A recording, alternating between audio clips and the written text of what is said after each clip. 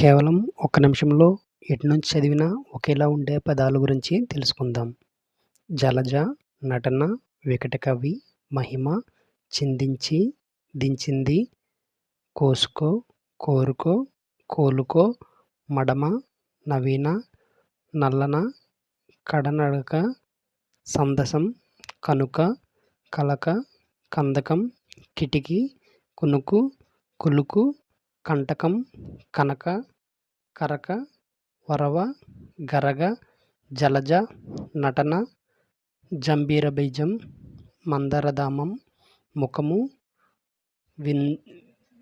విరివి, నయన, బడవ, వలువ, పులుపు, నందనం, గురువు, ముదము, కునుకు, గునుగు.